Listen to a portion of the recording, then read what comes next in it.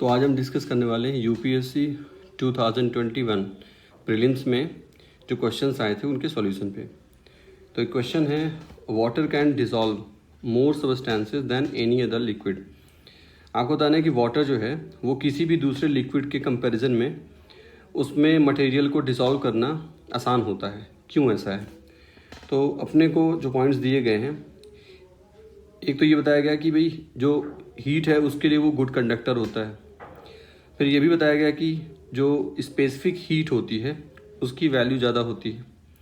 और लास्ट बताया गया है कि वो क्योंकि हाइड्रोजन का ऑक्साइड है इसलिए ऐसा है। अगर आपने 10th क्लास की केमिस्ट्री को थोड़ा सा भी देखा हुआ है तो आपको बिल्कुल ये तुरंत आइडिया लग जाएगा कि वाटर जो होता है उसका नेचर होता है डाईपोलर।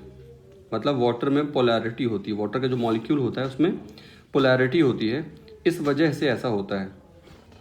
अब पोलैरिटी का थोड़ा सा मतलब यहाँ पे मैं बता देता हूँ। ऐसे समझिए कि वाटर का स्ट्रक्चर इस तरीके से होता है, H2O का स्ट्रक्चर ऐसा होता है। अब ऑक्सीजन और हाइड्रोजन में ऑक्सीजन ज़्यादा इलेक्ट्रोनेगेटिव एलिमेंट है, हाइड्रोजन जो है उसके कंपैरिजन में इलेक्ट्रोपॉजिटिव हो गया। तो ऑक्सीजन क्या करता है, हाइड्रोजन के इलेक्ट्रॉन्स को अपनी तरफ अट्रैक्ट कर लेता है। ये जो आप लाइन देख रहे हैं, इस लाइन का मतलब क्या है?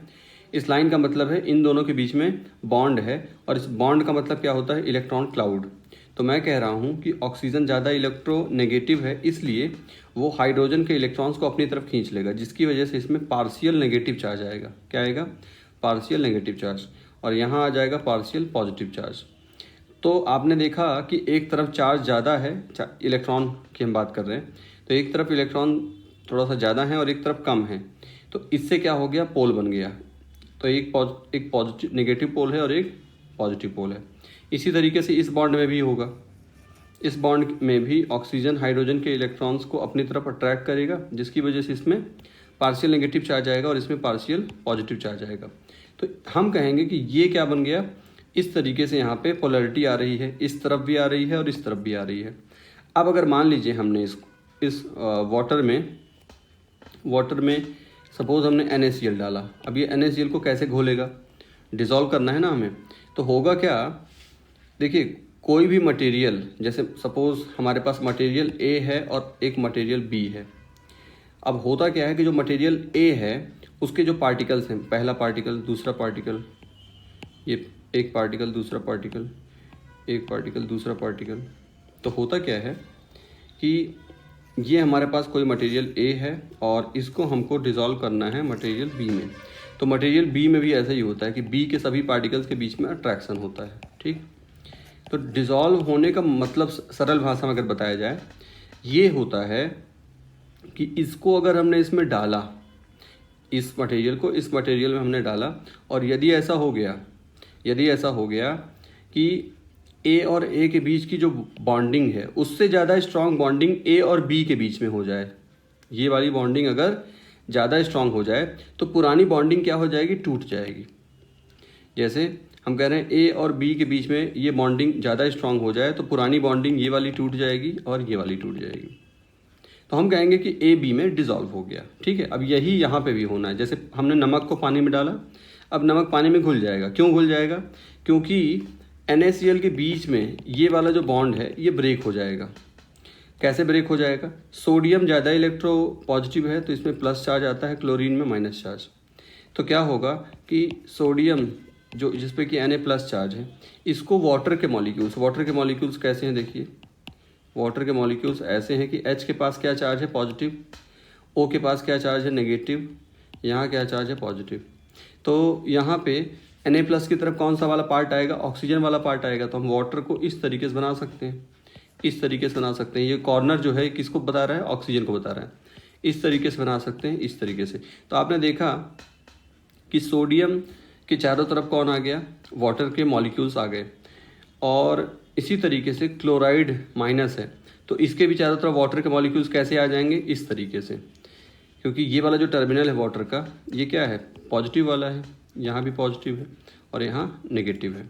तो बहुत सारे वाटर के मॉलिक्यूल्स क्लोराइड को भी इसी तरीके से घेर लेंगे ये। तो आपने देखा कि NaCl एक कंपाउंड है जिसके कि दोनों पार्ट Na+ और Cl- को अलग कर दिया गया और वो किससे सराउंडेड हो गए, वाटर से, वाटर के मॉलिक्यूल से सराउंडेड हो गए। तो इस तरीके से पुराने वाले बॉन्ड ब्रेक हुए ना, NaCl का जो पुराना बॉन्ड था ब्रेक हो गया और नया बॉन्ड बन गया, नए अट्रैक्शन बन गए। तो नया अट्रैक्शन कैसा है, ये वाटर का मॉलिक्यूल है जिसमें नेगेटिव चार्ज है, नेगेटिव चार्ज है, नेगेटिव चार्ज है, नेगेटिव चार्ज है। तो ये नया वाला इंट्रैक्शन हुआ माइनस और प्लस का। तो पुराने संबंधों को तोड़ के नए संबंध बनाए जा रहे हैं। कुछ ऐसा कहा जा सकता है कि भाई पहले NaCl की अच्छी दोस्ती थी, लेकिन जैसे ही वो वाटर के कांटेक्ट में आया तो NaCl सोडियम क्लोरीन को भूल गया, क्लोरीन सोडियम को भूल गया। एक तरह से कहने का मतलब है कि दोनों के बीच में नए बॉन्ड बन गए। तो इस तरीके से वाटर में पोलैरिटी होने की वजह से, वाटर में पोलैरिटी होने की वजह से वो अपने ही जैसे, यानी कि दूसरा भाई जो सामने वाला मटेरियल है वो भी कैसा होना चाहिए, पोलर होना चाहिए। जैसे मान लीजिए हम ऑयल की बात करें तो ऑयल कैसा होता है, ऑयल में ऑयल का जो ऑयल हो गया या मान लीजिए कि फैट हो गया, इनका स्ट्रक्चर कैसा होता है, इनका स्ट्रक्चर इस तरीके से होता है, कार्बन कार्बन कार्बन कार्बन, और उसमें हाइड्रोजन होते हैं इस तरीके से। मतलब जो ऑयल है या फैट है वो क्या होते हैं, वो हाइड्रोकार्बन होते हैं। वो क्या होते हैं, हाइड्रोकार्बन, या उसके डेरिवेटिव्स होते हैं। तो हाइड्रोकार्बन में क्या है कि वहाँ पोलैरिटी बन नहीं पाती है, वहाँ पोलैरिटी बन नहीं पाती। मतलब वाटर चाहता है कि इसके साथ इंटरेक्ट करे, लेकिन यार इनमें जैसे NaCl के केस में था कि Na पे बढ़िया पूरा पूरा प्लस चार्ज था, क्लोराइड में पूरा पूरा माइनस चार्ज था, वैसा यहाँ नहीं है। तो क्यों नहीं है, क्योंकि NaCl में क्या था, क्लोरीन का नेचर था इलेक्ट्रॉन गेन करने का। माइनस चार्ज कब आता है, जब इलेक्ट्रॉन गेन किया जाता है, और प्लस चार्ज कब आता है, जब इलेक्ट्रॉन लूज किया जाता है। तो ये दोनों क्या हैं, इन दोनों में अच्छा कॉम्बिनेशन बन गया कि एक का नेचर है इलेक्ट्रॉन लूज करने का, एक का नेचर है इलेक्ट्रॉन गेन करने का।